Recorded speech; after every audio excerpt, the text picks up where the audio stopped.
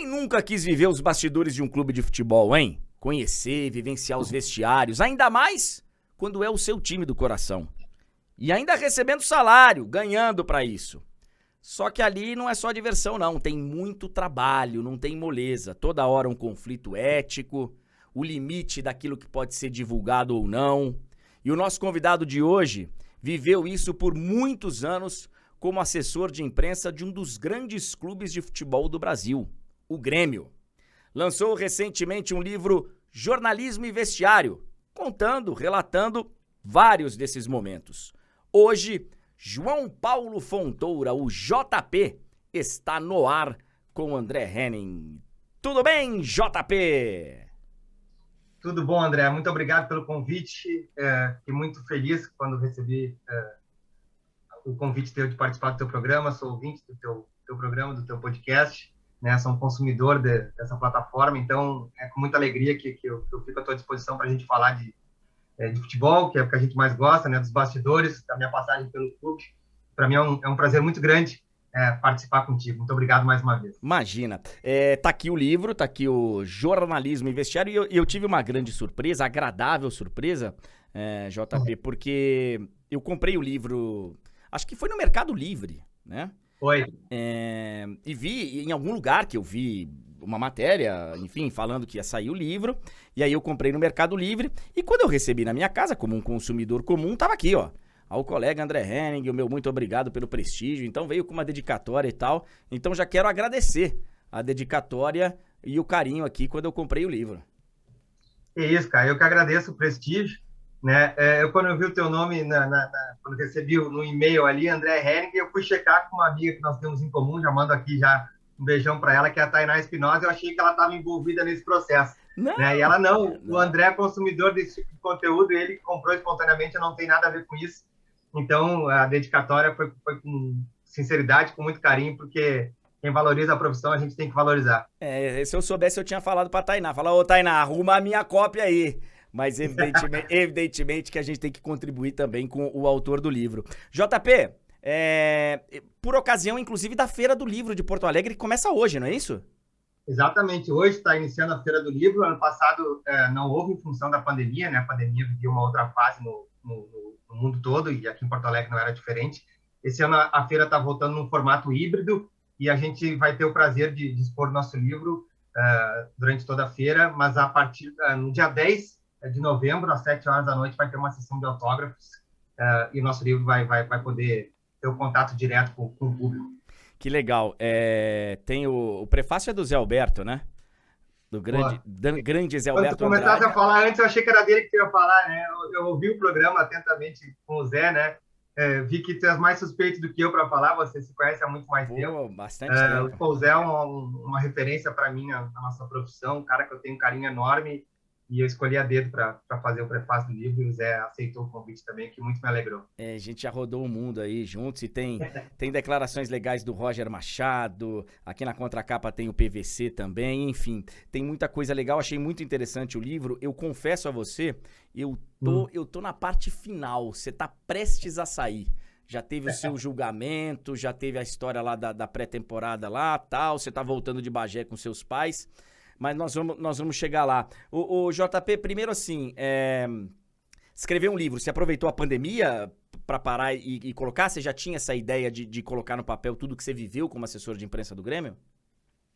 Então, André, quando eu estava no clube, eu tive desde o início uma empatia enorme com uma figura que você deve ter ouvido falar, que milita há muito tempo no futebol, chamado Antônio Carlos Verardi. Sim. Antônio Carlos Verardi foi, durante mais de 50 anos, superintendente do futebol do Grêmio. Eu o trato no livro, inclusive, como a minha bússola no clube. Ele, para mim, é o maior funcionário da história do Grêmio. E o seu Verardi, entre outras qualidades, tinha a alcunha de um cara que contava muita história.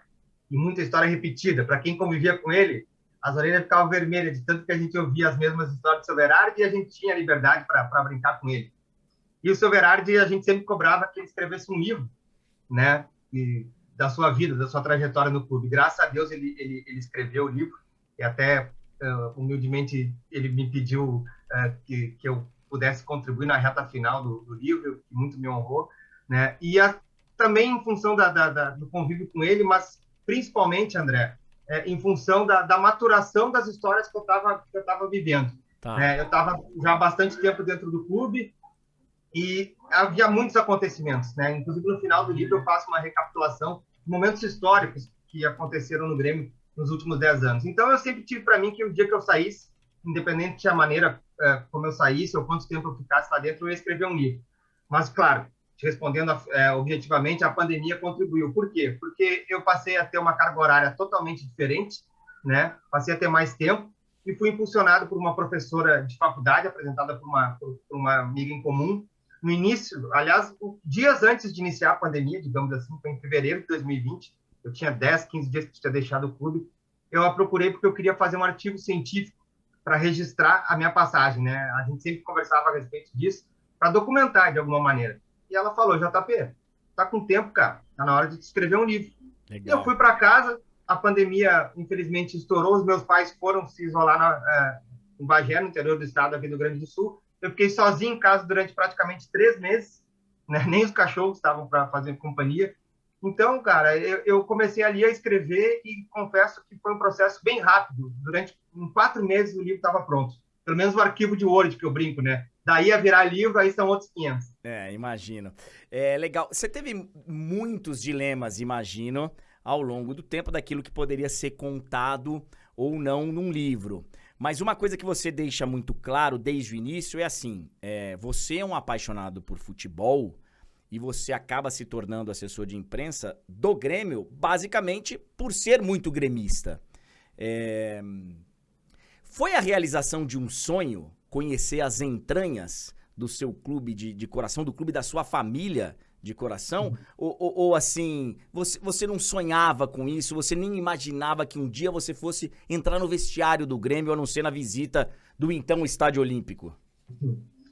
Não, André, na verdade, assim, eu estudei comunicação, jornalismo, para fazer o que tu estás fazendo agora, por exemplo. Tá? Para contar histórias, tá? Não estudei para fazer... Estudei assessoria de imprensa na faculdade, em 2004, quando eu me formei, sequer a disciplina existia. Então, eu nunca tive essa vontade de fazer assessoria de imprensa e jamais imaginei trabalhar no Grêmio, tá? Ou em qualquer outro clube, porque eu gosto de veículo de comunicação. A minha formação foi voltada para veículo de comunicação. Estava participando de uma conversa recentemente com um professor de faculdade aqui, o Felipe Gama, repórter da Rádio Gaúcha, justamente provocando essa reflexão que hoje as faculdades já estão educando para um outro segmento de trabalho, né? Sim. Hoje em dia dá para fazer jornalismo independente, como se fala, né? Liga uma câmera, bota um programa no ar e está fazendo jornalismo tal qual um grande veículo. Eu acho, assim, quando eu fui olhar para trás para ver por que eu fui trabalhar no clube, foi, acho que talvez pela curiosidade, embora eu não seja um cara muito curioso, né? O que vai contra a imagem do jornalista. Né? Mas eu estava trabalhando num veículo super tradicional aqui, que eu sempre quis trabalhar, que era comida impressa, que é o jornal Correio do Povo, depois de passar pela Bandeirantes, 4 anos, com o Pretzel, que eu sei que é teu amigo aí, tem que falar isso, senão ele vai me cobrar depois. Eu sou grato ao Pretzel até o final da vida, porque foi ele que me deu a primeira oportunidade na carreira, e a primeira é a mais difícil. Então, um abraço pro Xandão. Alguma coisa ele fez certo, então, hein? Finalmente, o Pretzel, a gente descobriu uma coisa que ele fez certo. Brincadeira. Fiquei trabalhando 4 anos na Bandeirantes, depois fui para a Gaúcha, para o Correio do Povo e para o Portal Terra. Quando eu recebi, André, no final de 2010, um convite do Vitor Rodrigues, que na época era o segundo assessor, cronologicamente falando, da história do clube, que estava com uma demanda muito grande de trabalho em 2011. Estava falando de 10 anos, precisamente, atrás. Sim. E aí me convidou e eu aceitei.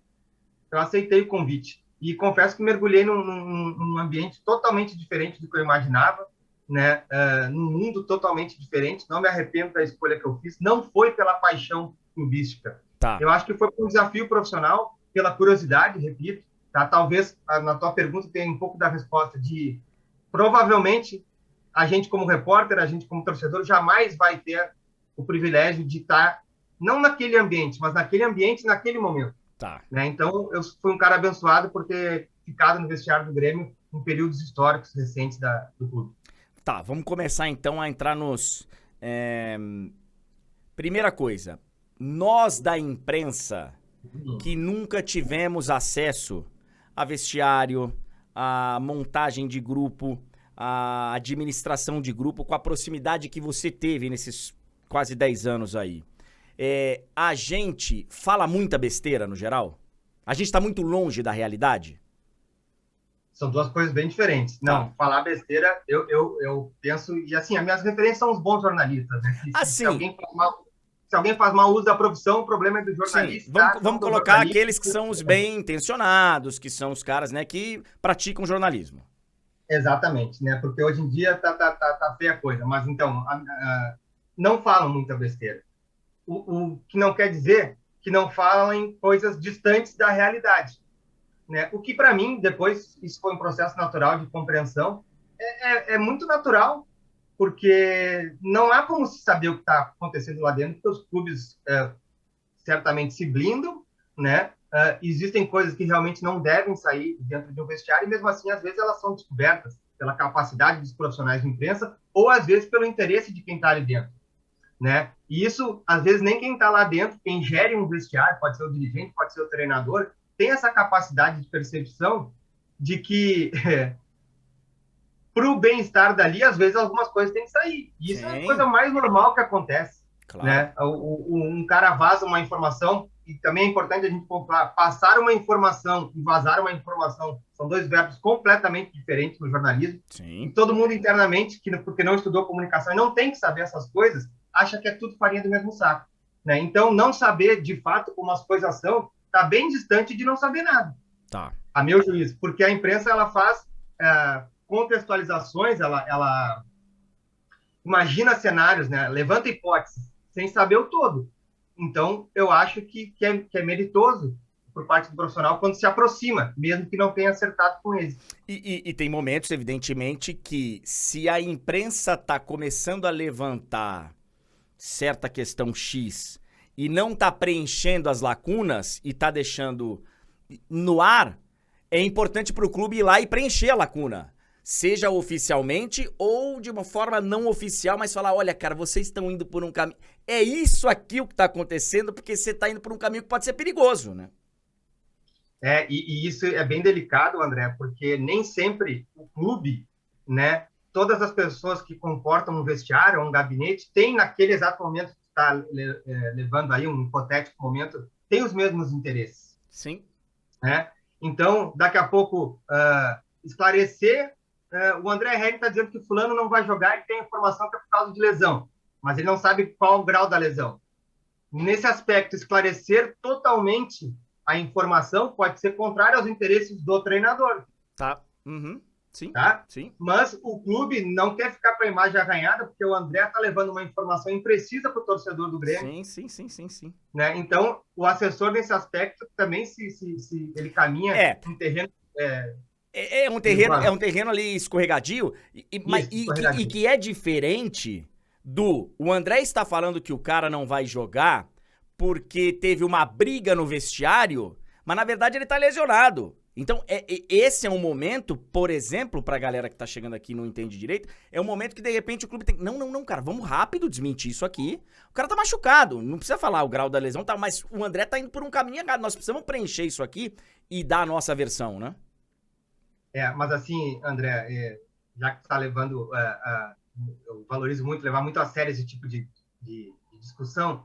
Eu te diria que aí, nesse aspecto, os clubes, e aí eu vou falar pelo departamento de futebol, de assessoria de imprensa que eu conduzi, às vezes tem muito pouca força. Não que deva ter mais força, tá? Mas tem pouco poder de fala. Cara, a gente é funcionário. Sim. Tá? Como técnico como executivo de futebol mas quem é o clube? Em última instância, o seu presidente, sua torcida, são discussões, tá? Como eu te disse, nesse momento, quem vai decidir em passar a informação precisa para o André? Vai ser o assessor de imprensa? Não.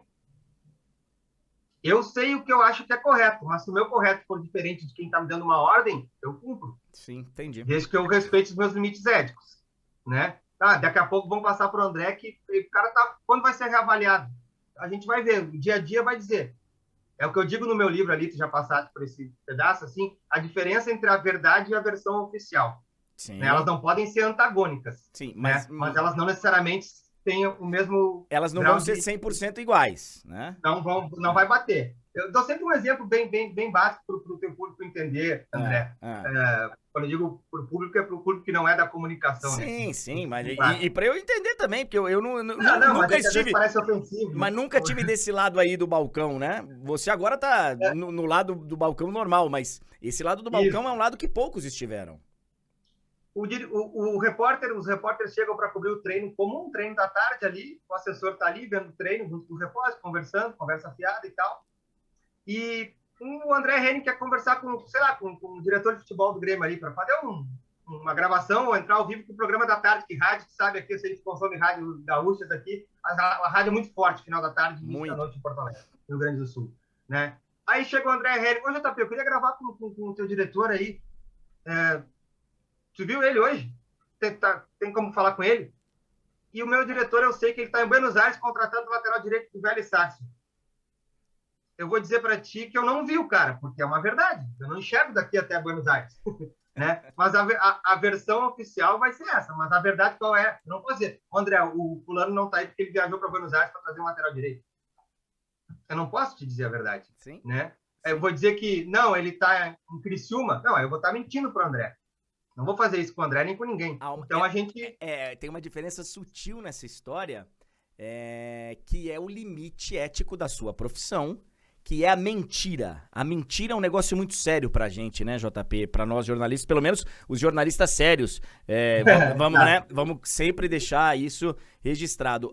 O limite, basicamente, é verdade e mentira, né? A forma como você vai dizer isso, aí o clube tem um lado dele, o jornalista tem um lado dele, cada um tem um viés, Agora, existe um limite entre verdade e mentira, que é um negócio muito sério, né? E que eu imagino, sem você precisar dar nomes, imagino que em alguns momentos, figuras ou departamentos, setores do clube, em algum momento quiseram passar e querem passar informações que não são verdadeiras. E você tem que administrar isso, né? Aí assim, André, nesse tipo de caso, a meu juízo cabe, não é possível fazer isso no início da trajetória. Eu, pelo menos, não consegui fazer isso, tá? Não pensa que tudo que eu estou dizendo aqui, conversando contigo, eu já sabia quando eu entrei no clube. Tá? A gente vai com um processo de maturação, não só de idade, mas de tempo de clube, de vivência, os episódios se repetindo e com diferentes processos, diferentes consequências. No futebol, assim, a mesma coisa acontece hoje, acontece amanhã, o destino de hoje é completamente o destino de amanhã. Pode ser? Sim. Né? Então, assim, cabe ao assessor, a meu juízo, primeira coisa, ter personalidade, né? Para se posicionar, independente do momento que seja, da plateia em volta e do assunto que seja. Se o assunto ali vai ganhar consequência pública, a minha opinião, se não tem que ser levada em consideração, pelo menos tem que ser dita. Tá, entendi. Eu nunca me calei diante de problemas. Às vezes podia não ser consultado. Né? Eu não quero a sua opinião. Daqui a pouco, como nesse exemplo que você está levantando, o dirigente quer passar uma outra coisa, quer passar mentira. Não vai me usar para isso. Tá. Ele pode passar mentira para o André. Sem passar por você. Sim. Não vai passar por mim. Sim. Vai passar por mim. Vou dar um exemplo que está no livro, sem citar nomes, até porque no livro também não está os nomes, de um caso, não chega a ser em relação à verdade e mentira, mas também serve para ilustrar. Estava no departamento médico, que eu até brinco no livro, é o confessionário de um vestiário, onde os jogadores ficam muito tempo com os fisioterapeutas, com os auxiliares de fisioterapeuta e tal, fica muito tempo ali. E o assessor também transita ali, né? Às vezes para conversar, para se antenar do que está acontecendo e tal. Eu cheguei, e é um ambiente coletivo. Como todo ser humano, o jogador de futebol não é diferente. Ele tem comportamento individual de um jeito e coletivo de outro. Sim. Então, um assessor de imprensa, na frente de vários jogadores, está mais exposto do que com esse mesmo jogador na sala da assessoria. Né? E um jogador de altíssimo nível estava com o celular na mão, né? Que hoje em dia o celular é a fonte de tudo, me cobrando um colega nosso de profissão, um repórter, que tinha feito uma matéria que tinha saído há poucos instantes, dando conta que dos últimos 10 treinos, o jogador esse tinha treinado 2, 3 vezes, mas tinha jogado domingo, quarto e domingo. Tinha participado. Ele estava jogando, mas não estava treinando. Isso. Né? E eu, na primeira coisa, e isso acontece também, é legal o pessoal saber, a gente não tem como saber de tudo, André. enquanto tu está conversando comigo aqui, pode estar acontecendo uma notícia e eu e tu não estamos sabendo. Sim, sim, né? sim. E isso também tem essa incapacidade de compreender que o jornalista não sabe tudo. Muito menos ao mesmo tempo, muito menos online, né? E aí eu, na hora, li a matéria, de fato não tinha lido, li e falei, vou pagar para ver. Aí eu mostrei para ele, cara, o que tá errado aqui? Não, é que, pô, é uma puta sacanagem o cara escrever isso. Eu falei, opa, já estão falando de duas coisas diferentes. Uma coisa é uma sacanagem, outra coisa é um erro. Uma coisa é o que você acha que é sacanagem, a outra é ele tá mentindo, né? Exato. Aí, eu também não sei, como assessor do clube, quantos dias esse cara treinou. Aí eu perguntei para ele, quantos treinos tu fizeste nesses 10 citados na matéria? 3. E quantos o cara colocou aí? 3. Pois é, ele não mentiu. Mas é que eu joguei todas.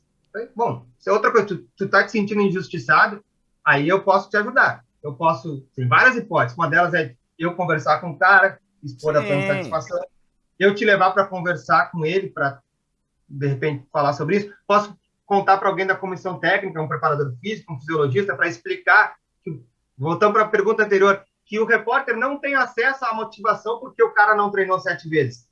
Então, daqui a pouco, o assessor pode contribuir com informação, é um fisiologista, mas é uma decisão em conjunto nesse aspecto. Sim, né? Sim, e aí o jogador recuou, porque ele viu que eu estava me posicionando com argumentos, e ele falou, então deixa quieto. Eu falei, esse é um grande exemplo de diferença entre erro e injustiça. Eu falei, cara, se tivesse treinado 7 vezes, eu sairia daqui agora e ia lá conversar com ele. Cara, fiz isso 200 vezes, André.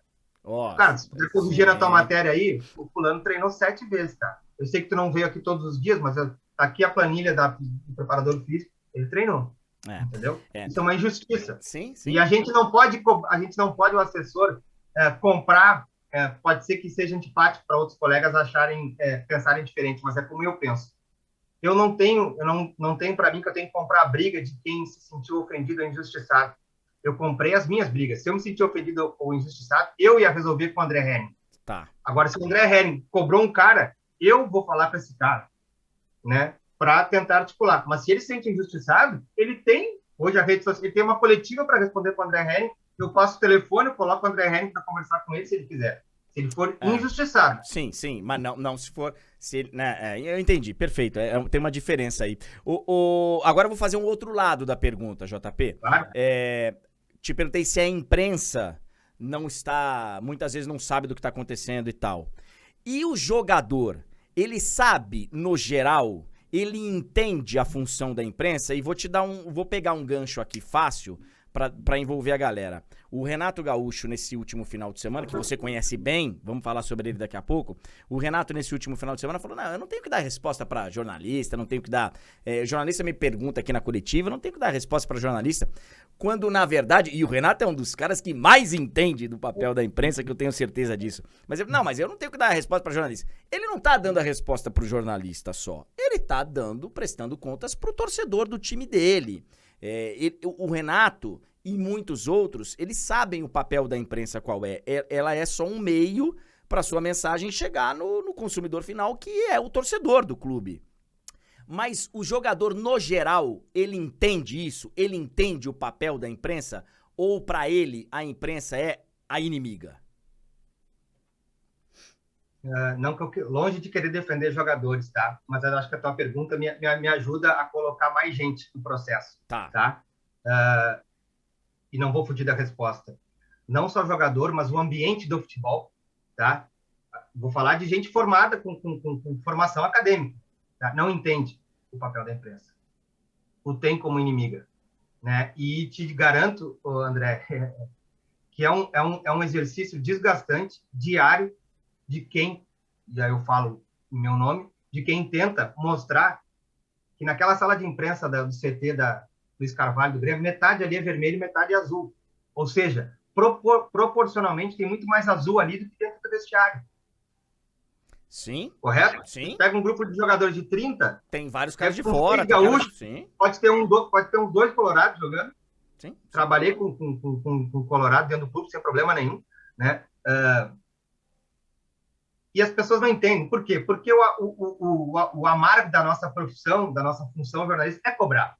E ninguém gosta de ser cobrado, né? Na vida pessoal e na vida profissional. Sim. E a imprensa faz a cobrança pública. Então ninguém gosta de ligar na TV lá e ver o André Henning Sim.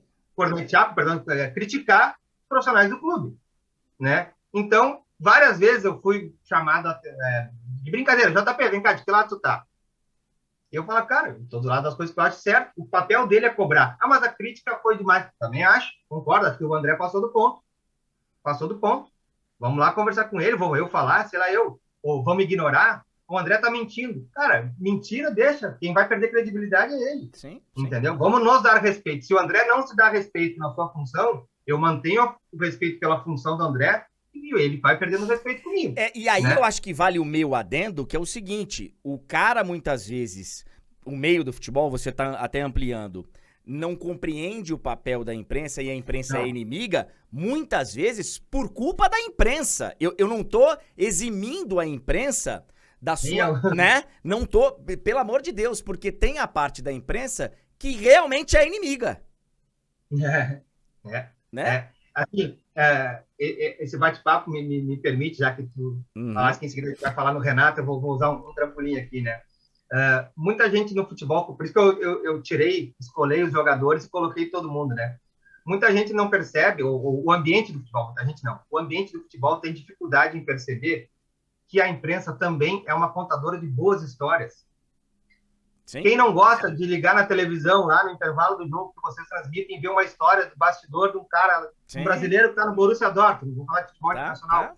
Sim. Né? Quem é que não gosta disso? O cara recebe, adora, hoje em dia é fácil guardar, né? Sim. Então eu brincava com o Renato, tá? Quando o Renato fazia esse tipo de brincadeira interna, mas que ele fazia também externamente sobre nós da imprensa, eu dizia para ele, eu lembro isso foi essa primeira vez que eu brinquei, que eu arrisquei brincar, foi no final de 2017, eu acho. Posso estar equivocado aqui, mas não importa. Quando alguns jogadores do Grêmio, acho que o Michel, o volante, o Jeromel, com certeza, tinham ganho a bola de prata, estavam indo buscar a bola de prata, ou recém tinham recebido, não sei. E o Renato, cara, eu tinha até gravado vídeo na época para ESPN Placar, para falar das bolas de prata que ele tinha ganho ao longo da carreira. E o Renato viu os caras felizes da vida com a sua bola de prata e não perdeu chance. Vocês sabem quantas eu tenho disso aí? O Renato tem umas 5, 6, se eu não tenho enganado. Fora uma bola de ouro em 87. E a gurizada, André, não sabe. Jogador de 25 anos não sabe isso. Sim. Né? Não sabe. O Kahneman, quando chegou aqui, não sabia quem era o Renato. Né? Até eu mostrar para ele vídeo do Renato mandando Tele cala a boca em 87, o Kahneman não acreditava. Então eu dizia para ele, na frente dos jogadores, para sacanear o Renato: Renato, e tu sabe quem é que te elegeu bola de ouro em 87? Os jornalistas. O André Henning deve ter votado em ti. Esses caras não entendem nada de futebol. Cara, os jogadores caíam na risada. E ele me mandava longe tudo que... Pois é. Pois é. Então, e é interessante porque o cara, muitas vezes, a imprensa é inimiga, mas ele hoje menos. Mas ele também precisa da imprensa. A imprensa é um elo de ligação muito importante, com não só votando no prêmio. Tudo bem que hoje o cara ele tem a emissora dele, né? Eu vou colocar aqui o Neymar, vai. O Neymar, ele tem a TV Neymar, que é o Instagram dele. Ele publica o que ele quiser na TV Neymar. Mas ainda é importante que tenha uma matéria dele no Esporte Espetacular, que tenha uma matéria dele no intervalo do jogo da Champions na TNT e tal. Então é uma relação bem bacana. Vou aproveitar que você falou do nome do Renato e eu queria falar assim de alguns nomes, aproveitar para tentar fazer uma relação aqui e você fique à vontade para colocar um limite, porque o que eu vou falar aqui para você publicou. Então, assim, acho até que em vários momentos você ficou nessa questão, publico ou não. Mas, por exemplo, você falou do Luxemburgo, né? No livro. O Luxemburgo é um cara que hoje ele é muito criticado, ele muitas vezes é ridicularizado, o que me deixa pessoalmente, profissionalmente, pé da vida, porque foi um dos maiores que eu vi, se não o maior, né? Pois é. Então, assim, uma coisa é você criticar o atual trabalho dele, a outra é você colocar como ex-treinador, como, sabe, tratar como se fosse um Zé Ruela qualquer, que definitivamente ele não é. E você fala no livro, cara, o Luxemburgo pensava em tudo. E eu queria que você falasse do Luxemburgo e contasse a história da ida do Vargas lá pro Equador, que você foi junto, que é um negócio sensacional também. Eu também acho essa, do ponto de vista de curiosidade, a melhor história do livro.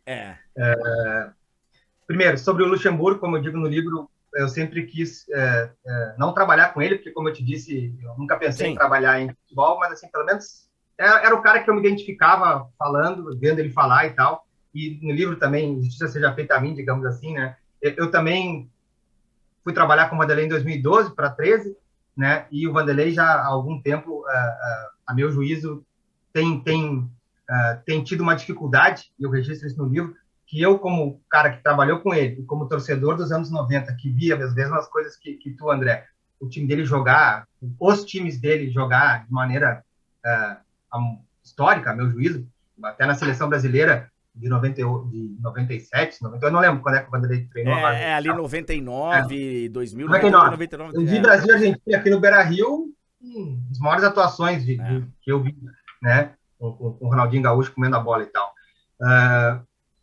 Eu acho que o Vanderlei, assim, a percepção que eu tenho, deixo ela registrada no livro, é que ele como treinador, né, ele viu transitar, ele viu trocar a lei, né? Hoje o poder não está mais com os clubes, portanto, não está mais com quem comanda o clube, que no dia a dia é o treinador, né? Hoje o jogador tem muita força, né? O Vanderlei foi jogador, foi treinador antes da mudança da Lei Pelé, e nos anos 2000 para cá, os jogadores têm muita força. Muita força. Eu acho que a balança pesou que hoje que o treinador deixou de ter mais força. Pode ter mais visibilidade, mais salário, mas menos força. Menos Antes ele tinha uma liderança de vestiário que era muito mais, né? Ele podia dar... processos que davam mais resultado. Isso, tá, perfeito. Tá? Acho que resume bem. Sim. Mas sobre a história do Vargas, vai ao encontro do teu questionamento, que é o cara que enxerga tudo. Tudo. Né? Em 2013, o Grêmio ia jogar a primeira partida na pré-Libertadores contra a LDU, em Quito, né? E o Vitor Rodrigues era o assessor que estava com a delegação lá, fez uma pré-temporada de uns 10 dias, e eu estava aqui em Porto Alegre, com um grupo que ia iniciar o trabalho no Campeonato Gaúcho e tal, e ficava com os dirigentes. Eu lembro que era véspera de Carnaval, e o Grêmio estava contratando um jogador por dia. André Santos, que veio do Arsenal, o Wellington, que agora está de volta no Goiás, atacante que depois foi para o São Paulo, William José, Barcos, o Cris, o Dida, que já estavam lá em Quito e tal, e contratou o Vargas, o que está no Atlético Mineiro agora, o chileno. E foi uma loucura aqui a repercussão, porque ele tinha feito uma grande, acho que sul-americana, com a Laú, né, e tal, e era um cara valorizado na época. Bom, o Vargas chegou, se eu não estou enganado, num sábado, o Grêmio já estava lá em Quito, aí domingo deve ter feito alguma coisa burocrática no clube, ou um trabalhinho leve, segunda começou a trabalhar com os auxiliares da preparação, a delegação toda em Quito, André. Tá? E na terça de tarde, eu estava quase que com pouco serviço no clube, estava acompanhando o treino do Vargas, que era uma atração para nós ali, né? Com 3, 4 jogadores ali, eu lembro que era horário de verão, de tardezinha assim, toca o meu telefone, é o Vanderlei. Isso era terça-feira, véspera da estreia do Grêmio na Libertadores. Lá em Quito. Lá em Quito, onde o Vanderlei já comandava o time há 10 dias. Não vou imitar o Vanderlei aqui. JP, faz o seguinte. Como é que tá? Tudo bem? Tudo bem, Vanderlei? Cara, eu quero que tu faça o seguinte. Tu vai na loja do Grêmio ali, tu pega um uniforme do Grêmio tricolor, calção preto, meia branca, um reserva, número 8, número do Vargas, tá? Porque eu vou botar ele para jogar amanhã aqui em Quito. Aí eu, Vanderlei, tá de sacanagem? E era comum, Vanderlei é um cara de ótimo trato. Ele é. E como eu sei que o Vitor também estava muito bem com eles, estão armando para mim, de sacanagem, né? Tá, Vanderlei, qual que é a história? Não, JP, e a tradicional, André, na véspera das partidas, um dia antes, geralmente, de Libertadores, até hoje, pelo que eu sei, geralmente os dirigentes se reúnem para almoçar, para jantar, trocar gentilezas, trocam uma camiseta, né? Geralmente dos clubes que vão se enfrentar, né? Isso. Vão se enfrentar no dia seguinte, geralmente é um jantar. Bom, nesse caso, acho que foi um almoço, até porque eu lembro que ele me ligou de tardezinho.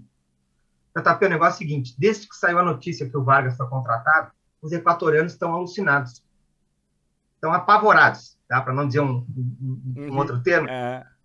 E eu vou botar esse baixinho para jogar amanhã. Então, fala com o seu Verardi aí, de que a gente estava falando agora há pouco, porque o pessoal da logística também está vendido, né? Sim. Então, o seu Verardi voltou no tempo para executar a viagem minha com o Vargas. André, a gente saiu, aí eu fui contar para o Vargas no vestiário. Depois, vamos para Quito, né? Você vai jogar amanhã. Exatamente. E ele me olhou assim, um guri, eu mal o conheci, tinha feito a apresentação dele, ele é um cara bem introvertido, Vargas, mas ele gostou. Ele deve dizer, esse cara é louco, e eu tô nessa. Cara, a gente saiu, André, passei em casa para pegar o meu passaporte, o motorista do clube, que faleceu ano passado, o Valdeci de Covid, com o Vargas. A gente pegou um voo Porto Alegre, São Paulo, descemos em Guarulhos, jantamos no aeroporto mesmo, nos colocaram aqueles apartamentos, uma sala de espera, VIP, sei lá o que era. A gente pegou um voo, sei lá, 9, 10 da noite, 11 da noite. Minto, a gente dormiu algumas horas, pegamos um voo São Paulo-Lima. Ainda fizeram conexão, ainda atravessaram o continente. De Lima para Guayaquil, para Quito. Nesse meio tempo, a equipe de segurança do Grêmio fez um aparato todo especial para nos receber, porque eu não tinha, depois que eu vi que era verdade, o Vanderlei ainda me deu a seguinte orientação: tu deixa ele dormindo, tu vai com o material da chuteira, leva na tua mochila para ele não correr o risco de perder. Vanderlei, por isso que eu digo, enxerga tudo. Ele já está pensando que o jogador pode esquecer no hall do aeroporto a chuteira e tal. Eu carreguei material do Vargas na mochila e deixo ele dormir para ele descansar, só fala com ele depois, beleza. Chegamos em Quito, devia ser 2h30, 3, 4 da tarde, sei lá eu.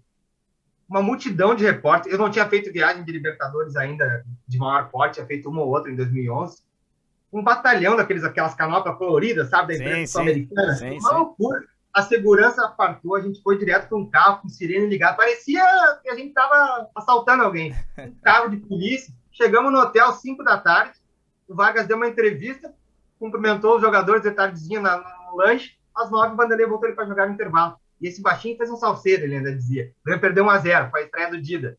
O Marcelo Groi entrou e o Grêmio perdeu de 1-0. Foi uma história espetacular. Para ter uma ideia, como eu digo no livro, durante o último percurso da viagem, eu falei, esse cara vai jogar hoje, ele não sabe quem são os companheiros dele. Ele nunca tinha visto os companheiros, né?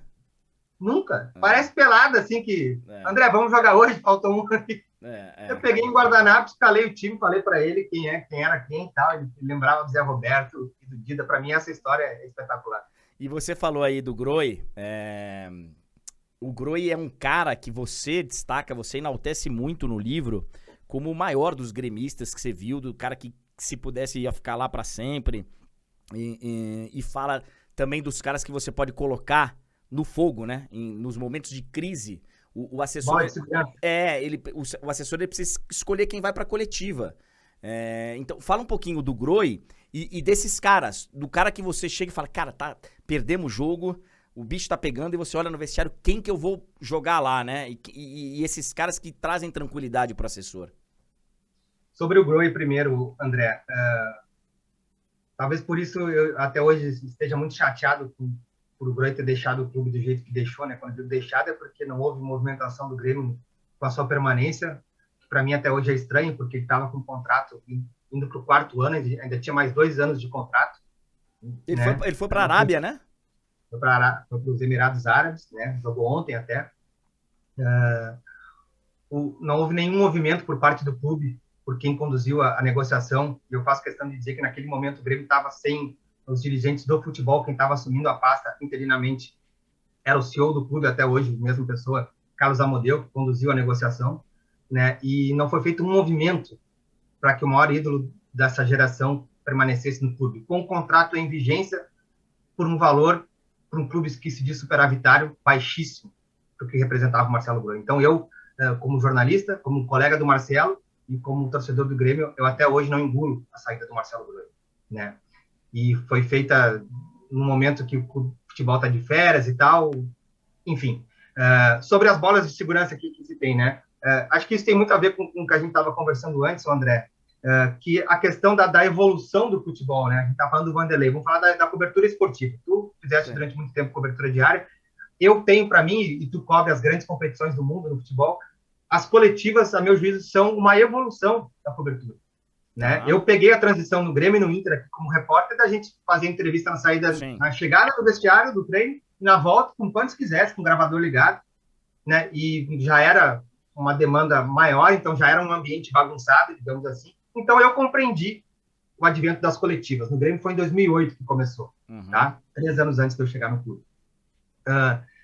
E nunca se deixou de fazer no Grêmio, e não sei como é nos outros clubes, mas no Grêmio durante todo o tempo que eu estive lá, nunca se excluiu a ideia das exclusivas. Se fazia entrevistas exclusivas diariamente no Grêmio. Diariamente. Mais um, né? Mas o jogador da Sim. coletiva. Bom, a questão da coletiva, a meu juízo, André, incutiu no assessor de imprensa uma responsabilidade, não que ele não deva ter, tá? Mas o jogador, são tudo nego velho, como a gente diz, o jogador não é burro, como se pensa, né? Como se a gente, às vezes, erradamente pensa a respeito. O jogador percebeu que depois de um momento ruim, o assessor é que nem quando vai para decisão por pênalti, o técnico começa a olhar no olho de cada um. Sim, quem é que tá pronto para... Então, se o Grêmio perdeu domingo e vai jogar só no outro domingo, tem segunda, terça, quarta, quinta, sexta e sábado de janela de entrevista para ser preenchida. Né? Portanto, são no mínimo 5, 6 jogadores, mais de treinadores, hoje em dia quase não fala durante a semana. E a responsabilidade da escolha, os critérios de escolha, são do assessor de imprensa. E se tu é sozinho no cargo, como eu fui 6 anos, tu não tem com quem conversar sobre isso. Não tem um treinador, um dirigente que vai te dar, não, fala com... Eu te ajudo, eu vou falar com o André, vamos levar o André. Sim. Então, assim, tu vai criando casca, André, e tomando decisões que o teu tá na reta, que quando tu escolhe um jogador e ele aceita, o do jogador passa a estar na reta também, né? Porque o jogador, via de regra, não gosta de dar entrevista, o que muito me incomoda, né? Mas, ao mesmo tempo, o jogador vai percebendo a tua habilidade para isso e a tua responsabilidade. Ele não levanta o dedo e diz, eu vou então. Isso é raro acontecer, eu até descrevo com Barcos um episódio assim no livro. Sim. Tá? Mas os jogadores vão percebendo que a tua responsabilidade não é em vão. Então, dividem contigo. Né? Então, graças a Deus, esse grupo do Grêmio, que hoje tem poucas pessoas ainda, jogadores, foram vitoriosos recentemente, esse grupo era espetacular também nesse aspecto. Tinha muitas bolas de segurança. Marcelo Groi, Ramiro, Kahneman, o Michael nunca fugiu do pau, como a gente fala, né? Edilson, Marcelo Oliveira. Chato era só o Douglas, que eu já falo isso para ele várias vezes. Dava ótimas entrevistas, mas não gostava de falar. O Luan evoluiu demais. O Douglas jogava muita bola, cara. Tem uma galera que pega o Douglas assim, Nossa, ele jogava muita bola. Ô, JP, eu tenho aqui mais alguns assuntos rápidos. Nós tivemos a crise do Aranha na sua gestão aí, na sua passagem como assessor de imprensa. E você montou um gabinete de crise, que é um assunto que me fascina. Eu sempre falo com a galera aqui das minhas lives e tal, que tem um livro que é antigo, eu adoro essas leituras, um livro de gestão de crise escrito pelo Mário Rosa, que chama Escândalo, se não me engano, e ele conta alguns episódios de gestão de crise, a queda do avião da TAM, a doença do Mário Covas, tem algumas, e o episódio do Aranha foi uma dessas ocasiões em que você precisou criar um gabinete. Conta um pouquinho como é que foi o episódio. Assim, André, bem legal falar sobre isso. Era um tema, tá? Não vou te mentir que eu desconhecia quando estava trabalhando no clube, gestão de crise. Passei a gerir crise sem saber os conceitos, digamos assim. Né? No caso do Aranha, e dou crédito aqui também a uma colega aqui gaúcha, que hoje está no Rio de Janeiro, que é a Renata de Medeiros, do Grupo Globo. A Renata foi quem me introduziu, teoricamente, esses assuntos. Me apresentou, inclusive, a professora que eu citei no início, que é a Rosângela Florzac, que me impulsionou para fazer o livro. Né? Gerenciamento de crise em clube de futebol, eu achava, e a gente discutiu várias vezes isso, eu e ela, era impossível conduzir diariamente nesse cenário que a gente estava descrevendo de entrevista todos os dias. Os conceitos vêm do mundo corporativo. Sim. Né? Sim. E nem sempre são aplicáveis, né? Porque os conceitos no futebol, às vezes, são perecíveis, digamos assim. Né? Mas em relação ao caso Aranha, repito, eu desconhecia o conceito de gabinete de crise, de gerenciamento de crise, mas eu pensava algumas coisas de como proceder.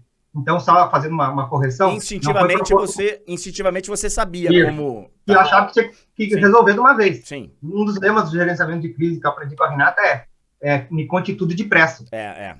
Tem que tomar uma atitude rápida e... né? Né? Então, no caso Aranha, na verdade, quem criou o comitê de crise foi o presidente Fábio Koff. Tá. Né? E olha, eu trabalhei 10 anos no clube, André. Foi a primeira e a última vez que houve formalmente um gabinete para discutir um assunto de que o clube julgava relevante, e aquele assunto, por óbvio, era relevante. O presidente Fábio Koff, além de o maior presidente da história do clube, um grande dirigente do futebol brasileiro, ele era também advogado, né? E centralizador do discurso. ele reuniu... Por que gabinete de crise? Porque estavam os dirigentes máximos do clube, os dirigentes do departamento de futebol, os dirigentes do departamento jurídico, e aí o departamento de comunicação institucional do clube, na época representado pelo Douglas Lunardi, que hoje são duas coisas diferentes, né? Bom entender, né? Existe a comunicação do clube e existe a comunicação do futebol. Exatamente. E eu representando o departamento de futebol na comunicação. Por quê? Porque quem são os alvos diariamente da imprensa? Quando eu digo alvos, quem é que tem acesso? Sim. Os jogadores. Sim. Então, o jogo foi quarta de noite, o episódio com a Aranha, quinta-feira tem treino, meu amigo. E 2 jogadores vão dar entrevista ali, e o André Henning vai perguntar sobre o quê? Sobre o caso do racismo. Então, o presidente, naquele momento, deu a seguinte ordem. Sobre o episódio, falam eu e o Nestor Raim, acho que era o dirigente da época, do departamento jurídico, mais ninguém. Isso para o assessor do futebol, André, é uma bênção. Sim. Porque tu chega para qualquer jogador na entrevista, antes da entrevista, e fala, cara, acabamos de receber uma ordem, quem fala é o presidente Costa. Não me interessa se vai ter um André Henning ou 20 André Henning na entrevista e todos fizerem a jornalística pergunta sobre racismo, que é a pauta do dia. A tua orientação é não falar. Se tu quiseres falar, como sempre, a responsabilidade é de quem fala, nunca do assessor. Sim. Isso é outra coisa. Tá. O dirigente não cobra, geralmente, o jogador, cobra o assessor. Pô, tu viu o que o Maicon falou lá? O Maicon tá ali do lado. O Maicon é um ser humano pensante que tem RG, que tem, né? Exato, mas é como eu te falei, sim. O poder mudou de lado, né? É bravo chegar no Maicon. Sim. Então, assim, aquele foi um episódio de gerenciamento bem conduzido, totalmente diferente do caso do drone, quando houve exatamente o contrário. Né? Eu propus, aí eu já conhecia os termos, eu propus um gabinete de crise e fui solenemente ignorado pelo presidente. O negócio do drone é uma história incrível, né, cara? Porque foi a Gabriela que... Gabriela Moreira, na época, na ESPN. Tava na ESPN, né? Hoje tá na Globo. E, cara, tinha um negócio de observar treinos adversários com drone. E vocês não sabiam. Isso, e a matéria foi ao ar na antevéspera do primeiro jogo contra o Lanús aqui em Porto Alegre, André. A gente da assessoria de imprensa ficou sabendo, né, da produção da matéria, porque na reta final da produção da Gabriela, da equipe dela, a gente foi procurado, como manda o bom jornalismo, né, e a Gabriela, meu juiz, executou muito bem isso, procurou o clube, institucionalmente falando, porque do ponto de vista ético podia respingar, né, na opinião de terceiros, na opinião pública, por exemplo, e procurou o futebol, porque ela tinha informação de que a iniciativa da contratação daquele, eu sempre boto entre aspas, profissional, que para mim, quem presta esse tipo de serviço não é profissional, né, para se posicionar na matéria. Né? Claro. Então, nós sabíamos antes, tanto eu quanto a Daniele Lentz, que até hoje é gerente de comunicação, está assistindo aqui a live, um beijão para a Dani, tá? Fomos procurados pela Gabriela e o clube entendeu que não deveria se pronunciar. Tá? O que, a meu juízo, foi um erro crasso. Bom, a matéria saiu na segunda-feira, 13h, explodiu no meio jornalístico, né? Arranhou, a meu juízo, a imagem do clube, fora do Brasil, inclusive. Né? A imagem ganhou as manchetes internacionais. E eu propus um gabinete de crise com a Dani, com o presidente, não sabia que o senhor ia estar na sala e não me importei com isso. Propus alguma coisa, porque, por coincidência, 1 hora depois tinha entrevista com o Marcelo Groi e o Jeromel. Então, assim como o caso Aranha, tu acha que a pergunta ia ser sobre o quê, André? Claro. Então, eu precisava instruir os atletas com quem eu trabalhava. E, a meu juízo, essa instrução, assim como 2014 foi feita pelo Fábio Koff, tinha que vir de cima. Sim. A opinião do JP nesse aspecto quase que não interessa. Tá. Sim. Perfeito. Tanto que o que eu propus foi ignorado. E aí você... Cara, imprensa, quando ela não tem alguma explicação, e hoje, como tem muita imprensa, entre aspas, porque todo mundo tem um canal, te dá uma liberdade para o cara falar sobre o que ele quiser, sobre ele levantar qualquer hipótese, porque muitas vezes o cara não tem compromisso com a verdade, ele levanta qualquer hipótese. E assim, André, para relembrar, quem não lembra do episódio, né, para minha surpresa, à tarde, se decidiu que ninguém ia falar nada, né, e eu disse isso, o que eu acabei de contar, eu contei para os jogadores, ó, não veio orientação, não é eu que vou orientar, né, os coletivos. À tarde, o departamento jurídico se pronunciou em todos os lugares, principalmente na ESPN, negando veementemente que o Grêmio, que o clube, o Grêmio, lançaria mão desse tipo de contratação, né? Pô, a torcida comprou a ideia, né? foi a imprensa inimiga que nós conversamos lá atrás, perdão. O que aconteceu 24 horas depois do jogo, 48 horas depois, o Renato admitiu que o Grêmio contratava. Não há assessor de imprensa Como é que consegue gerir isso, né? O JP, vou pegar mais uma e depois vou fazer rápidas perguntas pra você de curiosidade mesmo. Aí é o lado curioso. Se você não é, eu sou. O JP, como era a sua rotina de pós-jogo? Porque eu, enquanto repórter, eu vivi muito isso. E como narrador, é uma das poucas coisas que eu tenho saudades ali de baixo, que é essa expectativa de como vai chegar o cara pra coletiva, de como vai ser essa abordagem. Porque eu vi, ao longo da minha carreira, assessor de imprensa que incendeia o treinador no final do jogo, que chega pro cara e fala, comentarista da Transamérica, era a rádio que eu trabalhava, te detonou, acabou com você. A pergunta do cara da Transamérica, se prepara. Lá na Rádio Globo, caraca, cara, o comentarista lá. E aí o que fazia com alguns treinadores? Ele já fica assim, né? Ele já vai pra coletiva, vai vir o cara da Transamérica. Na hora que você fala, André Henning, a Transamérica. Já virou um chip na cabeça do cara que, é o cara né, que tá me... Desculpa. Olha lá, os caras tão me... assim, virou um chip e o cara vai me atacar. E tem o assessor de imprensa que fala, não, tá tudo bem. O cara da Transamérica fez uma crítica ali, o outro fez, mas traz uma paz pro cara ir pra entrevista sem a armadura. Como que era a sua rotina? Você conversava com o técnico antes da coletiva? Você preparava a temperatura externa pro cara que acabou de sair do negócio que tá fervendo dentro do campo para entrevista? Como é que era a sua rotina? André, recentemente eu participei de um curso como convidado, um curso de gestão esportiva com o ex-presidente do Inter, Fernando Carvalho. Ele até pediu que eu participasse dando uma aula sobre gerenciamento de crise e tal. E esse assunto veio à tona, né? E foi bem legal conversar com ele sobre isso. E a gente pensa em comum, né? Que nesse tipo de situação, isso para mim agora ficou mais fácil de verbalizar, né? A meu juízo, diferente de qualquer outro profissional ali no pós-jogo, tá? Seja ele massagista, seja ele roupeiro, seja ele médico, tá? O assessor de imprensa, ele não pode se deixar levar, e não estou dizendo que eu conseguia fazer isso todas as vezes, tá? Só estou dizendo como eu acho que devam ser as coisas, para te responder. Se deixar levar pelo resultado e pelos ânimos. Nem na grande vitória, na euforia, também muito menos na decepção.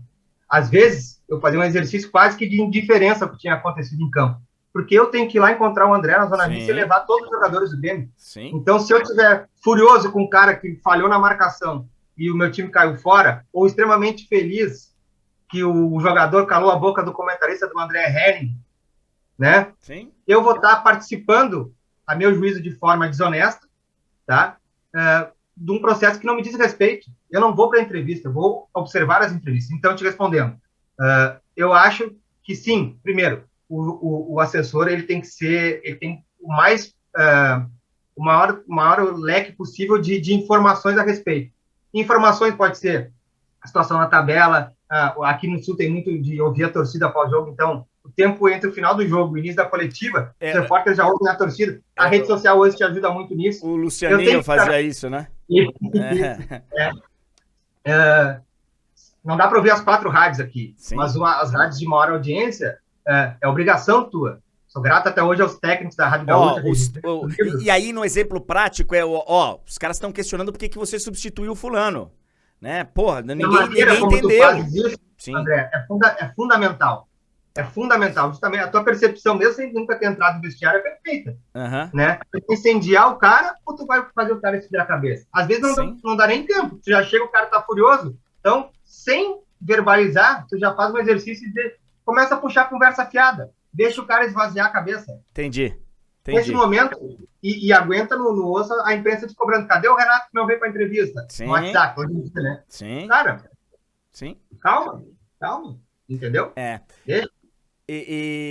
Eu fui setorista do Palmeiras muitos anos, E a gente, cada treinador tinha um treinador lá, que não vem ao caso, cara, a entrevista dele era 1 hora depois do jogo. Muitas vezes é feito de propósito. Sim. Comigo, graças a Deus, não aconteceu, André. Então, com ele, no caso, e aí a gente era uma época diferente, né? Você tinha um acesso diferenciado. E aí naquele churrasco de final de ano, o futebolzinho da comissão técnica contra a imprensa e tal. Aí eu lembro que eu chamei ele no canto e falei, por que se demora tanto? Esse cara não precisou da assessoria de imprensa. Esse cara falou, André, eu saio do jogo que se eu encontrar alguém que me faça uma pergunta do jeito que eu não tô esperando, ou que eu dou uma cabeçada no cara. Não é que eu vou responder rispidamente. Eu vou dar uma cabeçada nele. Então, eu, junto com a minha mulher, a gente decidiu que eu só falo depois de 1 hora, que é o tempo mínimo que eu tenho pra poder... Eu, como ser humano, eu preciso desse tempo. E acho completamente... Eu sou, por exemplo, um repórter que não era daqueles... O cara é expulso, de entrevistar o cara que é expulso. Porque esse cara que é expulso, ele vai falar um negócio que é bem legal pra imprensa. Esse juiz vagabundo, esse juiz... Mas que não... É um cara que tá saindo de cabeça quente, que tá... O conteúdo é muito raso, eu acho, né? Deixa eu pegar aqui rápidas opiniões suas, se são folclores ou não. Você viveu o clima, o ambiente. Quanto menos gente no vestiário, melhor? Sim. É, né? Muita gente, aqueles diretores, então...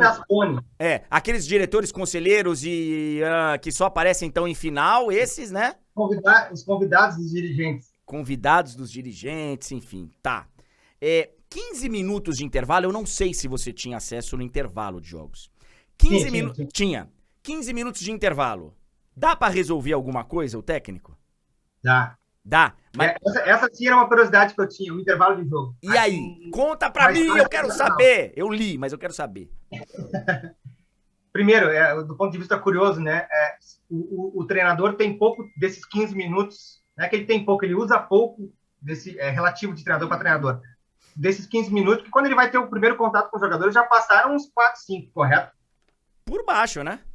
Por baixo, porque antes de ele falar com os jogadores, geralmente eles falam com as suas comissões técnicas, com o auxiliar, para avaliar o que aconteceu, né? Sim. Aí depois, nesse meio tempo, o jogador já tá trocando de roupa, tem cara que toma banho, troca todo o uniforme, porque tá muito suado, o roupeiro tá para lá e para cá, limpando chuteira, o massagista já tá trocando botinha, é uma loucura. O assessor de imprensa, a meu juízo, e isso foi um aprendizado discreto, só fala se te chamarem. Tá. Às vezes não, às vezes tem uma coisa importante, eu tô ouvindo o André Henning aqui, vamos falar antes do VAR. Foi pênalti no primeiro tempo e não deram. Essa informação, eu acho que tem que chegar no vestiário. Tá. Sim. Tá? Eu acho que foi pênalti. Minha opinião não vale nada. O comentarista de arbitragem do canal do André que foi pênalti. Tá. A minha opinião, quando nós tomamos uma cerveja depois, eu dou. Tá. Perfeito. Outra. Bicho num grupo. É algo importante e sagrado no futebol que, se mexer errado, se administrar errado, dá problema? Falasse uma palavra aí que foi tema de muito debate durante a produção do livro. Vou mandar um beijo, não esqueça, para Cláudia Coutinho e para Carolina Huber, que são as editoras da Capítulo 1, quando a gente foi discutir o título do livro. Eu não queria colocar a palavra sagrado. Tá? Eu sempre tratei o vestiário por respeitá-lo como sagrado, tá? Mas nunca o tive como sagrado. Tá. Porque, para mim, sagradas são outras coisas, não as coisas que eu vi no vestiário. Eu acho que é uma terminologia que o futebol se protege. Tá, você discorda da terminologia, mas você entende que existe algo que acontece ali, que ali deve ficar. Mais do que isso, eu acho que algumas coisas são feitas da maneira que são, por saber que ali ficam. Tá, entendi, perfeito. Mais ainda, então, mais intenso ainda. Então eu não compactuo com o termo sagrado. Tá. Entende? Tá. Perguntar sobre premiação. Né? No meu livro, inclusive, tem um episódio particular sobre premiação depois do Mundial. A premiação, eu tenho uma opinião sobre ela existir, né? Ela faz parte do que é o futebol já. Eu não consigo imaginar que alguém que ganhe 500, 600 mil reais vai se sentir provocado para ganhar um bicho de 3 mil reais, ou 10, 15 mil reais. Tá. Né? Mas eu sei também que, por já fazer parte, né? À medida que o prêmio entra no vestiário, ele tem um poder grande. E quando eu digo vestiário, não é só pro jogador. Tem muita gente que ganha que não joga, né? eu, enquanto estive lá, sempre fui os coitadinhos, como a gente brinca, os funcionários de baixo escalão do vestiário do Grêmio, carinhosamente a gente se tratava assim. Sempre fomos beneficiados pelos líderes dos grupos que eu trabalhei, para que a gente fizesse parte disso. E quando eu digo fazer parte, é receber, não participar do processo. Por que o JP ganha X e o André ganha 2X? Embora decidiram lá. Não, se não me diz respeito o processo, sim, também não vou em relação ao final, né? Sim, perfeito. Isso não quer dizer que eu não tenho opinião a respeito. Claro. E no pós-mundial, quando surgiu o zum, que iriam cortar os bichos, eu, como alguém que não consigo tolerar uma injustiça, eu procurei quem eu achei que tinha que procurar para colocar em dúvida a postura de quem estava tomando essa decisão, que foi o Carlos Amodeu, CEO do clube. E não vou dizer, não tem a petulância de achar que foi por minha causa, mas não houve a corte de bicho de ninguém. Pra gente encerrar, eu queria perguntar para você de Renato Gaúcho e que você contasse o episódio dele ficar no hotel no jogo histórico contra o Cruzeiro e assim, todo esse folclore que envolve o Renato Gaúcho. O Renato não sabe nada de futebol, o Renato é só um boleirão que vai lá e administra e tal. Queria que você falasse o que você pensa de Renato Gaúcho e contasse esse episódio lá do hotel. Assim, como o meu livro, o Renato talvez seja a palavra que mais aparece, né, pelo tempo que ele ficou no clube enquanto eu estive lá, né, os 5 anos do Renato, na última passagem eu fiquei 3 anos e meio com ele e trabalhei com ele em 2011 e trabalhei com ele em 2013, então foi um cara que eu desenvolvi uma amizade e é um cara que, como mostra no livro, um cara que brigou por mim, sim, você deixa isso bem claro, por mim e pelo meu emprego 2, 3 vezes. Então, e vale para o Renato, principalmente, que você está perguntando, mas vale para qualquer outra pessoa com quem eu tenha convivido nesses 10 anos de clube. Eu tive esse cuidado, digamos assim, comigo mesmo, com a minha consciência, na hora de escrever o livro. Meu livro não é um livro de reportagem. Sim. É um livro autoral, né? Então, tem um pouco de jornalismo, tem um pouco de vivência pessoal, né? Não tem nenhuma inverdade, né? Mas eu não vou... não por achar sagrado o vestiário, que bem claro, senão eu ia estar me contradizendo aqui, e sim por uma questão minha. Eu não vou emitir qualquer juízo de valor ou reportar episódios que desabonem pessoas que eu tenho apreço até hoje. Uhum. Pessoas que me deram as costas, ou que eu não ia com a cara, ou que eu achei que prestaram péssimo serviço para o clube, eu vou relatar o que aconteceu. Né? Então, assim, o Renato, a tua pergunta é sobre a Copa do Brasil de 2016, né? Ele estava suspenso do jogo de ida contra o Cruzeiro, ele foi expulso no Allianz Parque. Ele é expulso e no jogo aqui, e aí tem... São Paulo 1-1. Isso. Cebolinha. Ele é expulso antes do gol, né? Isso. Ele é expulso por reclamação, o juiz achou que ele estava reclamando e tal, e expulsou ele. O Renato não viu o gol do Cebolinha no Allianz Parque. André, eu tenho para mim, sim, como o Renato, um cara que entende futebol, tá? Mas assim, é relativo, né? Quem sou eu para dizer que ele entende, né? Sim. Aqui eu entendo para valorizar o que eu estou dizendo. Mas, assim, ele é o cara, como tu falaste ali, do intervalo, um cara perspicaz no intervalo, tá? É um cara que tem uma das grandes qualidades que hoje o mercado exige, que é gerenciamento de vestiário, né? Os treinadores já não têm o mesmo perfil dos treinadores que a tua geração aprendeu a admirar, sim, né? Então, eu acho o Renato um cara nesse aspecto, tem o meu total respeito, é um cara que, isso tem a ver também com o episódio de Minas Gerais, né? O Renato é um cara totalmente tímido, né? Aquele personagem que ele fala muito tímido. Olha, que interessante. E o Renato tem o maior carinho pelo Cruzeiro. Foi campeão lá com o Enio Andrade, se não estou enganado, em 93, né? Pode ser. E também jogou no Atlético Mineiro, e ele mesmo fala que no Atlético ele não teve a mesma felicidade, né? Não foi uma boa passagem dele lá. Então, assim, o Mineirão é um palco que para ele desperta emoções, digamos assim, né? Então, acho que isso também deve ter pesado na decisão dele de não ir para a beira do gramado naquele dia. E confesso que eu, como assessor, prevendo um ambiente adverso, ele não ter sido percebida pela imprensa, pela grande parte da imprensa, a ausência dele ali amenizou muito, e a atuação do time, então, nem se fala, né? Tem gente que só descobriu no livro que o Renato não estava no jogo. Cara, interessante isso, né? Eu achei bem... Ir para um camarote, uma comissão no staff, é uma exposição no estádio adversário. Aí chama atenção e claro... Imagina se tá o Renato Gaúcho. Sim. Com 60 mil cruzeirenses.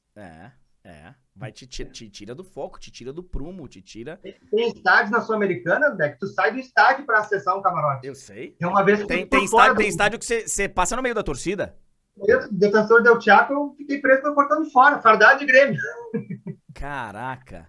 Pô, É. os Defensores del Chaco, a entrevista coletiva era do lado do ônibus, cara, na época de seleção brasileira. Seleção brasileira. Estádios antigos Eliminatórias da Copa do Mundo. A gente entrevistando o Rivaldo, o Ronaldinho Gaúcho, em pé do lado do ônibus, cara. com o motor ligado, um barulhão estragando. Tossindo pra caramba. Cara, fantástico. Olha, tem muito mais histórias. João Paulo Fontoura, famoso JP, Jornalismo e Vestiário, tá aqui, sendo lançado aí na Feira do Livro de Porto Alegre. Vai ter noite de autógrafos dia 10? Dia 10 de novembro, André, a sessão de autógrafos. Mas aproveito para falar sobre a venda do livro. A página de venda do livro, tá? É exatamente o nome do livro, jornalismoinvestiario.com.br. A pessoa acessa ali, preenche os dados e no dia seguinte, no mais tardar, a gente já faz o envio pelos... Eu mesmo vou nos Correios, fotografo, embrulho, boto durex, mando para os Correios, os Correios entregam para a pessoa autografado o livro. Tá tendo uma repercussão ótima, a gente já está na segunda tiragem, foram 1.000 cópias na primeira tiragem, legal. Agora vamos para 500. Que não é... eu tô vendo. Que é o seguinte, não é fácil, cara, hoje no Brasil, para você ficar vendendo livro, né? Não é fácil. Não é fácil. Não é. JP, rua não é fácil. Obrigado, viu, cara? Obrigado aí pela honra, pelo carinho. Eu espero encontrá-lo em breve pessoalmente pra gente bater mais papo, tomar um chopp. E muito obrigado, cara. Sucesso aí e tocando aí a profissão. Agora qual é o projeto? Eu, desde que saí do clube, graças a Deus, me realoquei, em algumas assessorias. Eu trabalho hoje para a Liga Nacional de Futsal. Legal. Eu trabalho para mais 2 ou 3 clientes em particular, para a Success Sports, que é uma empresa ligada à gestão de carreira de atletas. Em relação ao livro, tem alguns projetos para o ano que vem. Eu tenho alguns projetos. Eu gosto muito de fazer o que você está fazendo, né? Que é fazer jornalismo mesmo do lado daí do balcão. Vamos ver o que 2022 nos espera. Por enquanto, só ter saúde e estar trabalhando, a gente só tem que agradecer. JP Fontoura, obrigado, querido. Grande abraço. Um abração, André. Obrigado pelo convite. Um sucesso. Valeu, já deu o ponto de corte aqui. JP, obrigado, cara. Obrigado, galera do chat aí, galera que tava aí acompanhando, jornalismoinvestiario.com.br. Tem muito mais histórias, mas eu também não vou esgotar o assunto do livro, né? Então, obrigado, JP. Abração, querido. Eu que agradeço, cara. Bom dia, bom final de semana. Igualmente, valeu. Valeu, galera que tava aí acompanhando. Até a próxima!